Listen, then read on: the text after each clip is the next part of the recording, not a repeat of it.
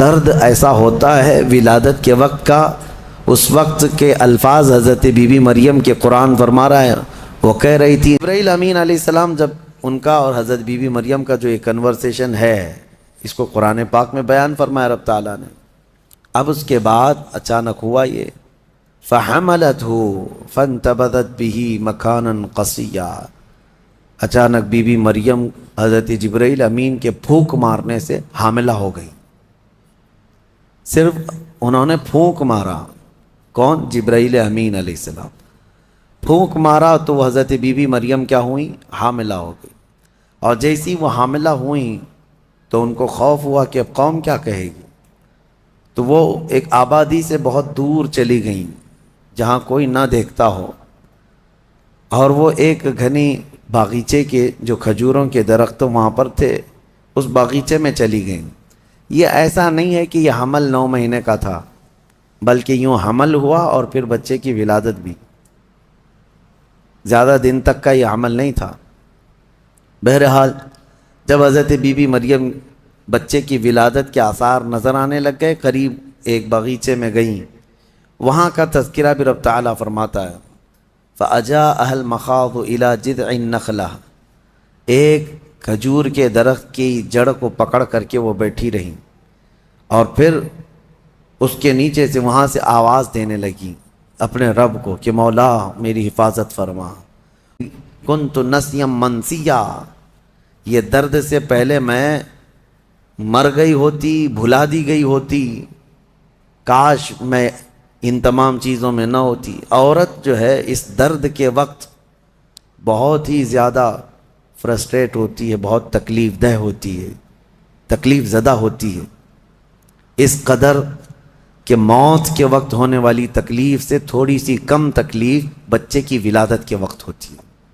ایک عورت کو یہ آسان چیز نہیں ہے، اس کی تقریباً 40 کے قریب ہڈیوں سے تو روح نکل چکی ہوتی ہے عورت کے جسم سے جب بچے کی ولادت کا وقت قریب آتا ہے، اور وہ موت کے منہ میں جا کر کے واپس آنا یہ معمولی بات نہیں۔ اسی لیے اللہ تعالیٰ نے قرآن میں اس کا ذکر فرمایا، وہ حمل، یعنی عورت جو ہے حملہ وفصالہ 30 شہر، یہ آیت ہے، اس میں اللہ تعالیٰ فرماتا ہے ووضعتہ کرہا، جب وہ بچے کو جنم دیتی ہے تو بڑی تکلیف کے ساتھ دیتی ہے۔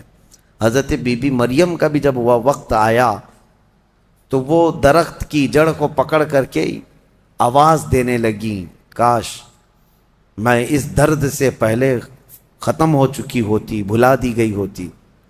تو رب تعالیٰ کی طرف سے آواز آئی، اللہ تحزنی وقد جعل ربکی سریا، گھبرا مت اے مریم، تیرا رب تیرے لیے آسانیاں پیدا فرمائے گا، آسانیاں پیدا فرمائے گا۔ اس درخت کو ہلاؤ، پکی کھجوریں گریں گی تم پر۔ حضرت اللہ کی طرف سے حضرت بی بی مریم کو جو پیغامات آ رہے تھے یہ کیا تھے؟ یہاں پر بھی میں بتا دوں، اللہ تعالیٰ اپنے بندوں کو جو پیغامات دیتا ہے اس کے 3 طریقے۔ ایک وحی ہے جو نبیوں کو دی جاتی ہے، یعنی وہ وحی ہے، اس کو وحی کہتے ہیں، جو اللہ تعالیٰ کا پیغام نبی کو آئے۔ وحی کے بھی کئی طریقے ہیں، ڈائریکٹ اللہ تعالیٰ سے وہ کلام کر لیں یا کسی فرشتے کے ذریعے سے کر لیں، جیسے جبرائیل امین علیہ السلام جو لے کر کے آتے تھے اور نبیوں کو پہنچاتے تھے، یہ بھی کیا ہے، اس کو کیا کہتے ہیں؟ وحی، وحی ہے۔ اور اللہ کے ولیوں کو جو پیغامات اللہ کی طرف سے ملتے ہیں، اس میں فرشتہ تو نہیں آتا، لیکن اللہ تعالیٰ ان کو کچھ باتوں کی ہدایت دل میں ڈالتا ہے، یا ان کے ذہن میں، دماغ میں وہ چیزیں اچانک اترتی ہیں، اس کو کہتے ہیں الہام۔ یہ وحی نہیں ہے، یہ کیا ہے؟ الہام۔ اور عام مومنین کے دلوں میں بھی اللہ ہدایت ڈالتا ہے، آپ کو خود بھی کچھ چیزیں سمجھ میں آ جاتی ہیں، یہ صحیح ہے، یہ غلط ہے، یہ اللہ کی طرف سے دی ہوئی ہدایت ہے، اس کو القاء کہتے ہیں۔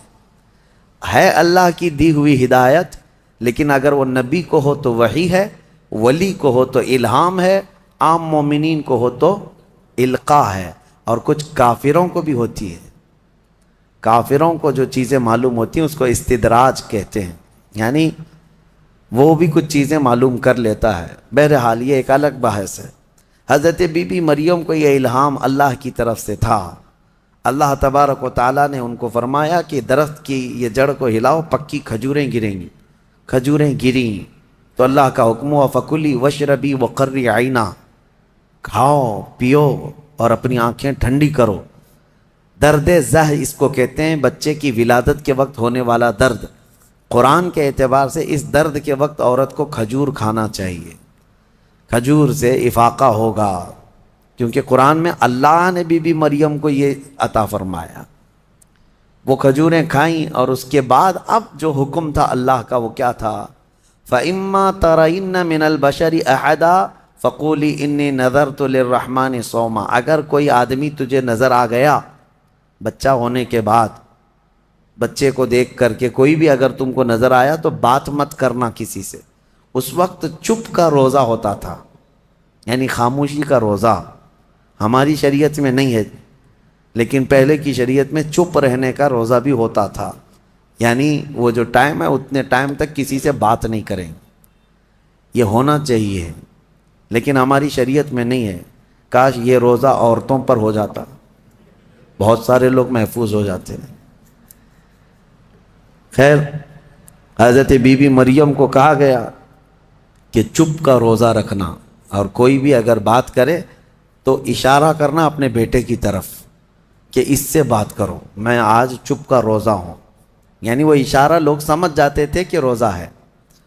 تو حضرت بی بی مریم وہاں جب پہنچی تو درد زہ کے بعد حضرت عیسیٰ علیہ السلام پیدا ہو گئے۔ وہ ایک پتھر پر جلوہ بار ہوئے، اور جیسے ہی پیدا ہوئے حضرت عیسیٰ علیہ السلام وہ پاک صاف تھے، کوئی دایا نہیں، کوئی نرس نہیں، کوئی نرسنگ ہوم نہیں۔ یہ اللہ تعالیٰ کی قدرت تھی، ایک صحیح سلامت بیٹا، اور وہ بھی اللہ کی نشانی بنانی تھی بغیر باپ کے۔ حضرت عیسیٰ علیہ السلام پیدا ہوئے اور حضرت بی بی مریم اپنے بیٹے کو اٹھائیں اور لے کر کے چل پڑیں ایک ہی دن میں، جس کو کہتے ہیں زچہ عورت، یعنی جس کا بچہ ہوا ہوتا ہے وہ عورت کمزور ہو جاتی ہے، لیکن حضرت بی بی مریم اپنے بیٹے کو اٹھائیں اور چل پڑیں۔ جیسے ہی وہ بستی کی طرف آنے لگی، ان کی گود میں بچہ تھا، لوگوں کی نظر پڑ گئی، کوئی ادھر ادھر چیمی گوئیاں شروع ہو گئیں، باتیں کانا پوسی، لوگ جمع ہوئے اور پوچھنے لگے یا اخت ہارون ما کان ابوک امرأ سوء وما کانت امک بغیہ، اے مریم تو تو بڑی پاک خاتون ہے، اخت ہارون کہا جاتا تھا پاک عورت کو، تو تو بالکل ہارون کی بہن کی طرح ہے، تو نے یہ کیسے کر لیا؟ نہ تیرا باپ بدماش تھا، نہ تیری ماں بری تھی، یہ کہاں سے آ گیا تیرے اندر بچہ؟ فاشارت الیہ، بی بی مریم نے اپنے بیٹے کی طرف اشارہ کیا، اس سے بات کرو، میں آج چپ کا روزہ ہوں۔ لوگوں نے کہا قالوا کیف نکلم من کان فی المہد صبیا، ہم اس سے کیسے بات کریں جو گود میں بیٹھا ہوا ہے؟ گود کے بچے سے بات کریں گے؟ تو اشارہ اس طرف کر رہی ہے۔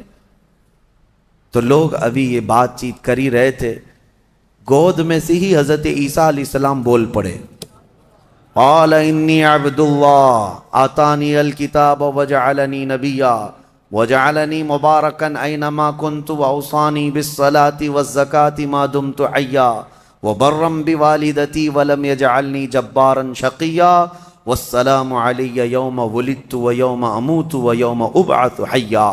یہاں تک کا کلمہ عیسیٰ علیہ السلام نے گود میں ہی کیا۔ کیا کہتے ہیں؟ اے لوگوں، میں اللہ کا بندہ ہوں، انی عبداللہ، میں اللہ کا بندہ ہوں، اور اس نے مجھے نبی بنا کر بھیجا ہے۔ حضرت عیسیٰ علیہ السلام کو گود میں ہی نبوت ملی ہے، گود میں نبوت ملی ہے، اس نے مجھے نبی بنا کر بھیجا ہے۔ صرف نبی نہیں، وجعلنی مبارکہ، اور مجھے برکت والا بنا کر بھیجا ہے۔ اور پھر مجھے اللہ نے یہ حکم دیا ہے میں جہاں کہیں پر بھی رہوں نماز قائم کروں، زکوٰۃ دیتا رہوں، جب تک میں زندہ رہوں نماز قائم کرتا رہوں اور زکوٰۃ دیتا رہوں، ان کی امت کی اور ان کی شریعت کی جو نماز رہی۔ اور پھر اللہ نے مجھے حکم دیا ہے کہ میں میری ماں کا فرما بردار رہوں اور اس کا نافرمان نہ رہوں۔ اور پھر آخری والا جملہ تو بہت امپورٹنٹ ہے ہم سنیوں کے لیے، جو عیسیٰ علیہ السلام نے کیا۔ عیسیٰ علیہ السلام کی ولادت کا دن، جیسے کہ آج پوری دنیا میں کرسچن بھی مناتے ہیں 25 دسمبر کو، کرسمس جو مناتے ہیں، الگ الگ روایتیں، واللہ عالم جو بھی ان کی پیدائش کا دن رہا، لیکن عیسیٰ علیہ السلام کا یہ جملہ بڑا امپورٹنٹ ہے. آخر میں اپنی گود میں انہوں نے کیا کہا؟ والسلام علیہ یوم ولدت ویوم اموت ویوم ابعث حیا. کہتے ہیں مجھ پر اللہ کی سلامتی ہو جس دن میں پیدا ہوا، جس دن میں پیدا ہوا، اور جس دن میں انتقال کروں گا، اور جس دن میں اٹھایا جاؤں گا، وہ سب ان سب دنوں پر اللہ کی سلامتی ہو. عیسیٰ علیہ السلام جس دن پیدا ہوئے وہ سلامتی والا دن ہے، تو 12 ربیع الاول کیوں نہ سلامتی والا دن ہے؟ میرے آقا صلی اللہ علیہ وسلم جس دن پیدا ہوئے کیا وہ سلامتی والا دن نہیں ہے؟ اور ایک نبی خود اپنی ولادت کے دن سلام بھیج رہے ہیں، اور یہاں کروڑوں امتی اپنے نبی کے پیدائش کے دن سلامتی بھیجیں، تو یقیناً یہ قرآن کے حکم کے مطابق ہے. بہرحال یہاں تک بات ہوئی. اب چپ ہو جانا چاہیے. بچے کی زبان سے جب یہ باتیں سن لی، یہ معجزہ نہیں تو اور کیا ہے؟ اس کے بعد عیسیٰ علیہ السلام ایسا نہیں کہ گود میں ہی بولتے تھے، بس اتنا بولے اور خاموش ہو گئے. پھر جب بولنے کی عمر آئی بچوں کی، تب آپ پھر بولنے لگے. اب عیسیٰ علیہ السلام کے متعلق اب سنیے. جب آپ پھر جوان ہوئے اور عجیب و غریب باتیں، ظاہر سی بات ہے اللہ کے نبی ہر زمانے میں پاک لوگ ہوا کرتے، پاکیزہ لوگ، ان کی زبان میں اثر الگ. پھر اللہ تبارک و تعالیٰ نے آپ کو جب نبوت گود میں عطا کی تھی تو جوان ہوتے ہی آپ نے تبلیغ اپنے دین کی شروع فرمائی، لوگوں کو ایمان کی طرف بلائے، ایک خدا کی عبادت کی طرف، آخرت کی طرف. لوگ آتے رہے اور آپ کی طرف متوجہ ہوتے رہے. یہ زمانہ یہودیوں کا ہے، بڑے ڈینجر لوگ ہیں ہر زمانے میں. یہ یہودی بڑے ڈینجر ہیں. یہ ظالم جو ہے معمولی نہیں ہے. کیوں ان کے اوپر اللہ نے قرآن میں لعنت فرمائی ہے؟ یوں ہی نہیں، یہ ان یہودیوں نے تقریباً 10,000 نبیوں کا قتل کیا ہے. ہاں، جیوز. لوگوں کو آج برا لگتا ہے میری تقریروں کو کوٹ کر کے بہت سارے جگہ. اس وجہ سے تو میری تقریریں لے کر اسرائیل والے بیٹھے ہیں، مجھے ویزا نہیں دیتے. مجھے اس سے فرق نہیں پڑتا. ہمارے لیے جو اصلی ویزا ہے وہ مدینہ طیبہ کا ہے. جب تک وہ دروازہ کھلا ہے ہماری روح جسم میں باقی ہے. اور میرے آقا صلی اللہ تعالیٰ علیہ وسلم کے عنایت سے، ان کے کرم سے ہمیں اتنا یقین ہے کہ اگر جانے کی طاقت استطاعت کہیں کی بھی نہ ہو، اتنا یقین ضرور ہے میرے اعمال کا بدلہ تو جہنم ہی تھا، میں تو جاتا میرے سرکار نے جانے نہ دیا. جب وہ جائیں گے اپنے غلاموں کو ساتھ لے کر جنت میں جائیں گے انشاءاللہ. یہودیوں نے اس وقت بھی نبیوں کی دشمنی کی تھی، اب عیسیٰ علیہ السلام کے دشمن ہو گئے. ان کو یہ تھا کہ ان کی طبیعت کے خلاف جب بھی کوئی بات کرے تو اس کے دشمن ہو جاتے تھے. یہودیوں کو یہ چاہیے تھا کہ ان کی طبیعت میں جیسی ہے ویسی شریعت ہونی چاہیے. الگ سے اللہ کے احکامات کو نہیں ماننا ہے، کتاب کے جو احکامات ہے اسے نہیں ماننا ہے، نبیوں کے احترام نہیں ہے. ان کو خود کی بنائی ہوئی شریعت چاہیے. بڑے امیر لوگ کچھ غلطی کریں تو انہیں معاف کرنا چاہیے، غریب لوگ کریں تو انہیں خوب مارنا چاہیے. یہ یہودیوں کی طبیعت تھی، یہودی یہ چاہتے تھے. عیسیٰ علیہ السلام جب جوان ہوئے تو آپ کی طرف لوگ ایمان والے بڑھنے لگ گئے. ان کو حواریین کہا جاتا ہے. جیسے میرے آقا کے ساتھیوں کو کیا کہتا ہے؟ صحابہ اکرام، صحابہ. اور حضرت عیسیٰ علیہ السلام کے جو ساتھی صحابی تھے ان کو حواری کہا جاتا ہے. یہ عیسیٰ علیہ السلام کے حواری، وہ بڑے مخلص لوگ آپ کے ساتھ تھے. 12 لوگوں کا تو ذکر آیا ہے اور 4 مشہور شاگرد ہیں. انہی 4 لوگوں نے حضرت عیسیٰ علیہ السلام کی پوری انجیل کو ترتیب دیا. یوحنا، لوقا، متی، مرقس، یہ 4، انہی کے 4 ناموں سے آج انجیل بھی، بائبل بھی ہے. تو بائبل یوحنا کو آج جان کہا جاتا ہے. یوحنا کو یہ بدل کر کے جان کہتے ہیں. متی جو ہے ان کو میتھیو کہتے ہیں. اور مرقس کو غالباً کچھ اور نام، مرکری و کچھ نام دیتے ہیں. اور یہ تمام جو عربی نام تھے یا عبرانی نام تھے اس زمانے کے، یہ عیسیٰ علیہ السلام کے 4 مشہور شاگرد ہوئے. اب عیسیٰ علیہ السلام کے معجزے میں آپ کو بتاؤں. اللہ تعالیٰ نے 3 معجزے آپ کو دیے تھے. عیسیٰ علیہ السلام کے 3 معجزے مشہور ہیں۔ پہلا معجزہ یہ ہے کہ وہ نابینا آدمی جو مادر ذات پیدائشی اندھا ہے، اس کی آنکھوں پر ہاتھ رکھتے تو اس کو آنکھیں آ جاتی، اور جو کوڑ کی بیماری میں مبتلا ہے، سفید داغ کی بیماری یا کوڑ کی بیماری میں مبتلا ہے، عیسیٰ علیہ السلام اس کے جسم پر ہاتھ پھیرتے تو وہ کوڑ کی بیماری ختم ہو جاتی۔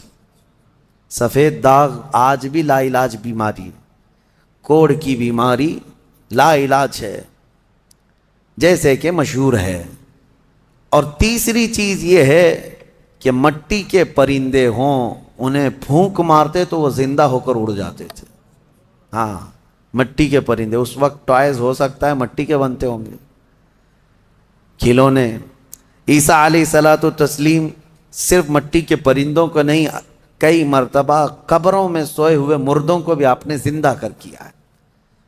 قبر پر کھڑے ہو کر کے آپ کہتے قم باذن اللہ، اللہ کے حکم سے اٹھ جا، تو مردہ زندہ ہو جاتا۔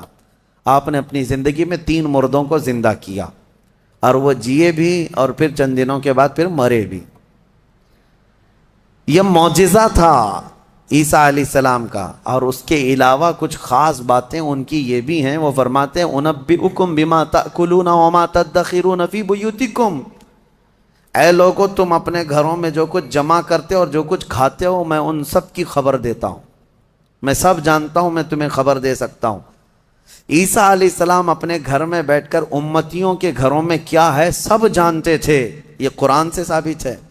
پھر بھی یہ ظالم ہمارے نبی کے متعلق کہتے ہیں کہ ان کو پیٹھ پیچھے کا علم نہیں تھا۔ بنی اسرائیل کے نبی عیسیٰ علیہ السلام کے بارے میں یہ یقین ہے، قرآن کہہ رہا ہے وہ اپنے امتیوں کے گھروں میں موجود کھانا جمع کرنا، اس کو وہ جانتے تھے عیسیٰ علیہ السلام۔ اور وہ عیسیٰ جو خود میرے نبی کی امت میں آنے والے ہیں، جو اخیر زمانے میں میرے آقا کی امت میں آنے والے ہیں، وہ جب سب کے گھروں کے حالات جانتے تھے تو پھر میرے آقا صلی اللہ تعالیٰ علیہ وسلم اپنے امتیوں کے احوال سے کیسے بے خبر ہو سکتے ہیں؟ الحمدللہ بریلویوں کا یہی کہنا ہے، اور اعلیٰ حضرت فاضل بریلوی رحمۃ اللہ علیہ کا یہ احسان ہے کہ آپ نے صحیح سمت میں جو صحابہ کا عقیدہ تھا وہی عقیدہ ہمیں عطا کیا ہے۔ ہم یہاں سے پکاریں، وہ وہاں سے سنیں، مصطفیٰ کی سماعت پہ لاکھوں سلام، اور کوئی غیب کیا تم سے نہاں ہو بھلا، جب نہ خدا ہی چھپا تم پہ کروڑوں درود۔ حضور پاک صلی اللہ تعالیٰ علیہ وسلم کی نظروں میں اللہ نے سب چیزوں کو عیاں کر دیا۔ اب اس کے بعد ہوا کیا؟ یہ یہودی ظالم عیسیٰ علیہ السلام کے دشمن ہو گئے، کیونکہ آپ کا دین پھیلتا جا رہا تھا، عیسائی بڑھتے جا رہے تھے۔ عیسائیوں کی جب تعداد بڑھ گئی تو یہودیوں کو خطرہ ہونے لگ گیا کہ یہ اب پوری کی پوری حکومت ان کے ہاتھ میں چلی جائے گی جو برسوں سے ہم لے کر چل رہے ہیں۔ تو انہوں نے حضرت عیسیٰ علیہ السلام کو مارنے کا پلان بنایا، جیسے پہلے نبیوں کو مارتے تھے پھر انہوں نے مارنے۔ آج آپ کو یہ لگ رہا ہوگا کہ عیسائی اور یہودی مل چکے ہیں، یہ جھوٹی ملاقاتیں ہیں ان کی، یہ صرف اور صرف اسلام کی دشمنی میں دونوں اپنی جنگوں کو ٹھنڈی رکھے ہیں، ورنہ ہر زمانے میں سب سے زیادہ خطرناک لڑائیاں عیسائیوں کی اور یہودیوں کی ہوئی۔ قرآن نے بھی کہا ہے۔ ابھی اگر میں کہوں تو لوگوں کو عجیب سا محسوس ہوگا، ہٹلر کا ظلم کیا تھا؟ یہودیوں کے خلاف تھا۔ اور بیت المقدس میں ہرکیولس جس کو ہرقل کہا جاتا ہے، اس نے تو توڑ کر کے اینٹ سے اینٹ بجا کے رکھ دیا تھا۔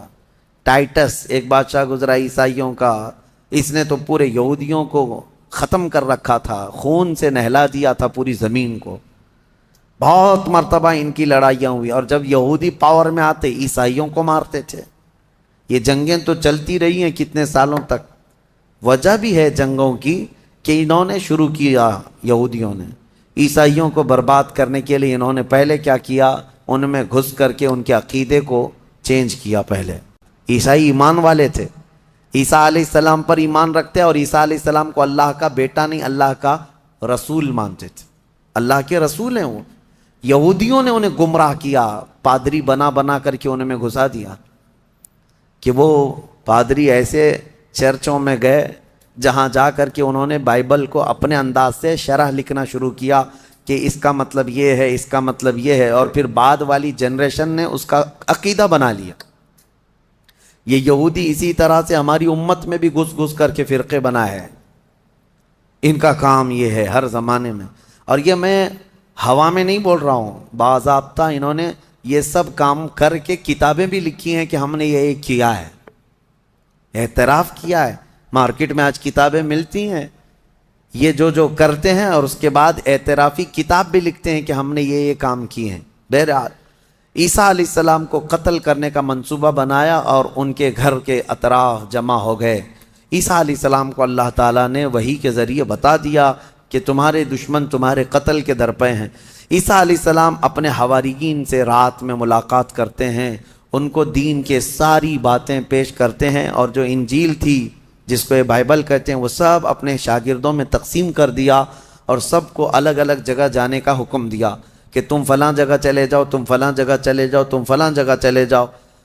اور پھر سب کو یہ اپنی آخری وصیت میں کہا میں اللہ کے حضور جا رہا ہوں. یہ ان کے آخری پیغامات تھے اپنے شاگردوں کو، اپنے صحابہ کو، اپنے حواریین کو کہا. ان کے حواریین سب چلے گئے، عیسیٰ علیہ السلام اکیلے تھے گھر میں. اب یہودیوں نے ان کے گھر کا گھیراؤ کر لیا.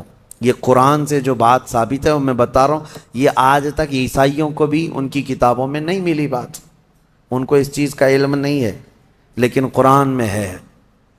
کیونکہ عیسیٰ علیہ السلام گھر میں تھے، اس کے بعد عیسائیوں کو کہاں سے پتہ چلے گا کیا ہوا تھا. عیسیٰ علیہ السلام کے جو حواریین تھے وہ بھی دور چلے گئے تھے، گھر میں کیا ہوا کسی کو نہیں معلوم. ہوا یہ کہ یہودی قتل کرنے کے لیے آئے اور اپنے ایک بندے کو، اپنے ایک قاصد کو گھر میں بھیجا، جاؤ دیکھو عیسیٰ ہیں کہ نہیں. وہ اندر آیا دیکھنے کے لیے. عیسیٰ علیہ السلام تلاوت میں مشغول تھے. اسی وقت قرآن میں اللہ فرماتا ہے ہم نے عیسیٰ علیہ السلام کو اللہ نے آسمانوں پر اٹھا لیا. عیسیٰ علیہ السلام کو آسمانوں پر اٹھا لیا گیا، اور جو اندر آیا تھا اس کو عیسیٰ علیہ السلام کی شکل دے دیا اللہ نے. اور وہ بھی پوری شکل نہیں، آدھی شکل. اوپر سے وہ عیسیٰ علیہ السلام کی شباہت کا دکھتا تھا. وہ اندر ڈھونڈ ہی رہا ہے. بہت لمبا ٹائم ہو گیا. یہودیوں نے دیکھا ہمارا بندہ اندر گیا ابھی تک آیا نہیں. بہت دیر انتظار کرنے کے بعد جب وہ نہیں آیا باہر، تو سارے یہودی تلوار سو تھے، خود ہی گھس گئے اندر گھر کے اندر. اور جا کر کے دیکھا تو یہ شخص کھڑا تھا، عیسیٰ علیہ السلام کی شکل تھا. پکڑ کر کے لائے اسی کو کہ عیسیٰ مل گیا، عیسیٰ مل گیا. وہ جوش میں تھے، لا کر کے سولی پر چڑھا دیا اپنے ہی بندے کو. اس کو سولی پر، سلیب پر چڑھا دیا اور قتل کر دیا. وہ پھانسی پر بیچارہ چڑھ گیا. اس کے بعد ان کی دماغ میں یہ بات آئی، اب کھوپڑی کھلی کہ ہمارا بندہ کہاں گیا، جس کو ہم نے گھر میں چیک کرنے کے لیے بھیجا تھا وہ کہاں گیا. تو بعض لوگوں نے پیر یعنی ناف سے لے کے نیچے تک کا حصہ دیکھ کر کے کہا یہ تو ہمارا بندہ دکھتا ہے، ہمارا آدمی دکھتا ہے جس کو ہم نے اندر بھیجا تھا، اس لیے کہ اس کے نیچے کا حصہ جو ہے ہمارا وہ جو شخص تھا اس سے ملتا جلتا ہے. تو پھر وہ کہنے لگے یہ اگر ہمارا یہ آدمی ہے تو پھر عیسیٰ کہاں گئے، وہ کہاں ہیں، گھر کے اندر سے کہاں چلے گئے، ہم نے تو گھر کا گھیراؤ کیا تھا. وہ اسی شک میں پاگل ہوتے رہے بیچارے. یہ اگر عیسیٰ ہے تو ہمارا شخص کہاں ہے، اگر یہ ہمارا شخص ہے تو عیسیٰ کہاں ہے. اور زبردستی کسی کو پھانسی دے دیا، پھانسی پر چڑھایا اور اعلان بھی کر دیا سب کو کہ ہم نے عیسیٰ علیہ السلام کو پھانسی دے دیا. بیچارے یہ عیسائی نادان لوگ یہودیوں کی بات پر مان بھی گئے کہ ہاں ہمارے عیسیٰ جو ہے صلیب پر چڑھ گئے، صلیب پر چڑھ گئے. حالانکہ عیسیٰ علیہ السلام صلیب پر نہیں چڑھے. ہمارا عقیدہ یہ ہے کہ عیسیٰ علیہ السلام زندہ ہیں اور ان کو آسمانوں پر اٹھایا گیا ہے اور وہ آئیں گے واپس. اب یہاں بات یہ ہے کہ عیسائی سارے بھی جو ہے صلیب کے قائل نہیں تھے. یہ تو بہت زمانے کے بعد یہ سب آیا، یہ جو صلیب کا جو نشان ہے پلس کا جو نشان ہے، یہ نشان جو ہے بہت دنوں کے بعد ان کا آیا اور اس پر پھر وہ لٹکا بھی دیتے ہیں. عیسائیوں میں بھی الگ الگ فرقے ہوئے، آرتھوڈکس ہے، کیتھولک ہے، اور پھر کئی فرقے ایسے ہیں جن میں پرانے زمانے کے عقائد پر وہ لوگ قائم رہے کہ اللہ کے وہ نبی ہیں، بیٹا نہیں ہیں. بہرحال ان میں فرقے پیدا کرنے والے یہودی ہیں. اب میں یہاں پر ایک بات کہہ کر اپنی گفتگو کو سمیٹتا ہوں کہ یہ واقعہ ہو کر 550 سال گزر گئے تھے، عیسائی یہودی لڑتے تھے، مرتے تھے۔ 570 سال گزر گئے عیسیٰ علیہ السلام کے آسمانوں پر اٹھائے جانے کے بعد، تب مکہ مکرمہ میں محمد الرسول اللہ تشریف لائے، میرے آقا تشریف لائے۔ اور پھر جب آپ نے نبوت کا اعلان فرمایا اور قرآن اترنے لگا، تو اللہ نے قرآن کی آیتوں میں 550 سال سے جو مسئلہ لٹیگیشن کا شکار تھا، کیوں سمجھ لیں جو پراپرٹی کسی کے حل میں نہیں ہوتی ہے، اس طرح کا مسئلہ تھا کہ کوئی حل نہیں کر پاتا کہ آخر ہوا کیا تھا۔ یہ اسلام کا احسان ہے یہ عیسائیوں پر بھی کہ قرآن نے بتایا کہ عیسیٰ علیہ السلام صلیب پر نہیں گئے بلکہ آسمانوں پر اٹھائے گئے۔ اور دوسری بات، عیسائیوں پر ایک بڑا احسان قرآن کا یہ بھی ہے کہ یہودی ہمیشہ بی بی مریم کو گالیاں دیتے رہے، یہودی ہمیشہ الزام لگاتے رہے کہ مریم کے ہاں بغیر باپ کے بیٹا پیدا ہو گیا، غلط عورت تھی، نعوذ باللہ معاذ اللہ۔ یہودی گالیاں دیتے رہے اور عیسائی صفائی دیتے رہے، لیکن یہ احسان ہے قرآن کا ان پر بھی کہ بی بی مریم کے ساتھ کیا ہوا تھا، یہ پوری تفصیل اللہ نے قرآن میں بتائی۔ عیسائیوں کو تو یہ چاہیے کہ قرآن کا احسان ہمیشہ ماننا چاہیے۔ کرسچینٹی کے اندر جو کچھ بھی آج تبدیلی ہے ہم اس کے قائل نہیں ہیں، لیکن عیسیٰ علیہ السلام اور حضرت بی بی مریم کے لیے ہم اپنی گردنیں ہمیشہ اسی طرح احترام میں جھکاتے ہیں، کیونکہ میرے نبی نے فرمایا کہ وہ اللہ کے نبی تھے۔